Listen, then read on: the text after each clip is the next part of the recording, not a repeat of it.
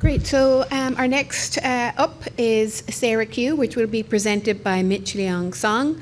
Mincheol is the Director of Research at Voice of Calling. So please join me in welcoming Mincheol to the stage.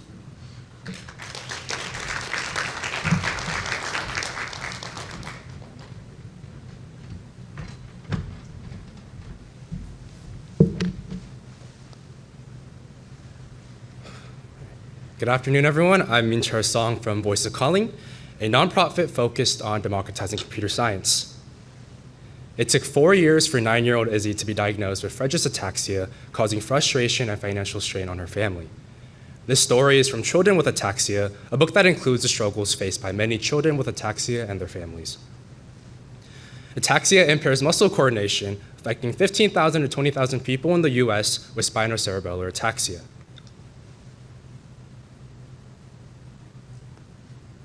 The most commonly used test for assessing the motor skills of ataxia patients is a scale for the assessment and rating of ataxia. SARA test is conducted by a healthcare professional who manually records the results on paper. The SARA test is subjective, and for patients with mobility issues, meeting a specialist in person is a significant challenge. Sorry, the clicker is not working with me. Okay. That is why we came up with SARA Q, which allows patients to easily perform upper limb movement tests like finger to finger and finger to nose online. When a patient draws a line on the computer screen, it is analyzed in real time in 8 ways: deviation area, reverse movement, discontinuity, test area overshoot, tremor frequency, maximum amplitude, average rotational amplitude, and modulation speed analysis. The data is objective, quantitative, and precise. Since it operates on a website, the test can be easily conducted from anywhere without the need for a specialist.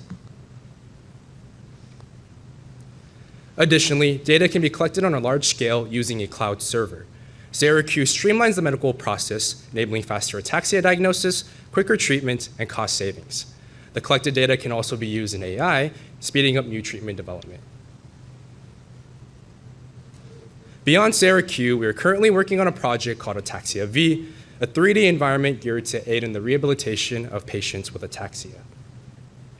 Our team includes Xuan Li, who has lived with Still's disease for 15 years and is deeply invested in rare disease diagnosis and treatment. I'm Mincheol, working as a CRO since cohort 3, with Joey, who has been a dedicated developer since cohort 1. And despite their young age, Hyunmyoung and Jeshin are outstanding programmers. Since 2018, Voice of Calling has led computer science projects in education, IT capacity building, and rare disease healthcare. With our global partners, we made a strong impact in democratizing education. Our medical projects have earned international recognition, but our true goal is to directly impact ataxia patients. The Amgen Prize will help us turn this recognition into tangible support, achieving similar success in the medical field. The Amgen Prize would enable us to hire professional data engineers to work on SARA Q, actively involve university interns from diverse backgrounds, and freely utilize cloud server resources. We listen, we go, we work. This is the motto of Voice of Calling, the NPO I belong to. We continue to do our best without any limitations, just as we always have, to make the world a better place for humanity. Thank you.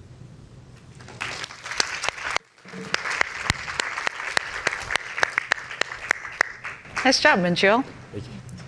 Can you believe he's a sophomore in college? Amazing. All right, let's turn it over to our judges. Who has questions about SARA Q? Diego. Again. Okay, congratulations. It's an amazing work. Could you please specify what strategies of participation in the community of patients and caregivers will have in the project, and how they will be able to assess whether the results achieved meet their needs and expectations? Yeah, so to answer that question, we plan to expose SARA Q at various conferences and competitions so that we could get the attention and trust of healthcare professionals in hopes of them guiding their patients to our platform.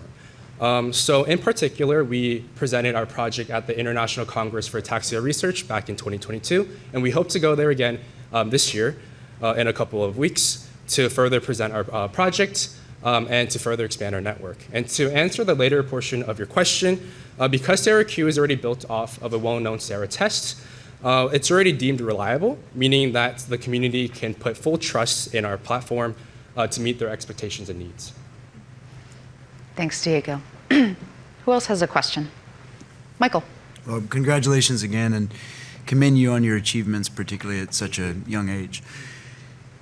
When and how does the team plan to prepare a more in-depth commercialization plan? For example, licensing, intellectual property, and then a regulatory path. Yeah, so we have some sort of, checkpoints that we do want to achieve, and some sort of a timeline.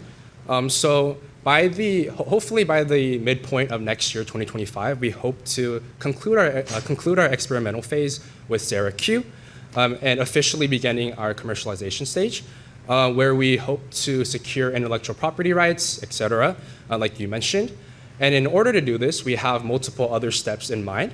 So for example, by the end of this year, we plan on collaborating with the National Ataxia Foundation, or the NAF, to feature our SaraQ platform on their websites for healthcare professionals and other patients to use.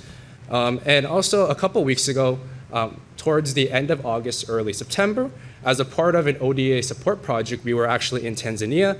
And there we already built initial trust from the stakeholders at these Tanzanian hospitals. And because of this, in early next year, we hope to offer our SaraQ platform for free for the patients in Tanzania in exchange for data that we could use for further development. And then finally, hopefully by the start of 2026, we hope to officially launch our service with the hopes of garnering around 50 or so hospital doctors and professionals. And once we kind of familiarize our platform with these patients and hospital professionals, we hope to transition to some sort of subscription-based model. Thank you. Thank you. All right, I think we have time for one more question. Jill. Thank you, and I appreciate the enthusiasm and excitement that you share regarding SaraQ. So you spoke a little bit about this, but I'd like to know more about how you'll reach out to and ensure broad access to SaraQ for diverse communities and underserved populations around the world. Yeah, so that's a great question that you brought up, and that's something that we really considered to be important when coming up with ideas and solutions for our projects. So first and foremost, we want to prioritize having direct contact with the people that we're working with. So like I mentioned, we were in Tanzania a couple of weeks ago to gauge the situation. And with that, we want to partner with hospitals in Tanzania, as well as local interns from our sister organization, E3 Empower, that's located in Tanzania, who helped us come this far in terms of working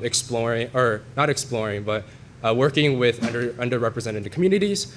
And on top of that, we also want to develop our SaraQ platform on a progressive web app, or a PWA. What that means is that we will be able to offer offline support, especially in areas where internet access may be lacking or not as strong, like here in the US. And finally, we do want to provide our solution as an open source format. What that means is that we will have more contributors and more developers who are dedicated to this cause to help us further reach our goal. Thank you.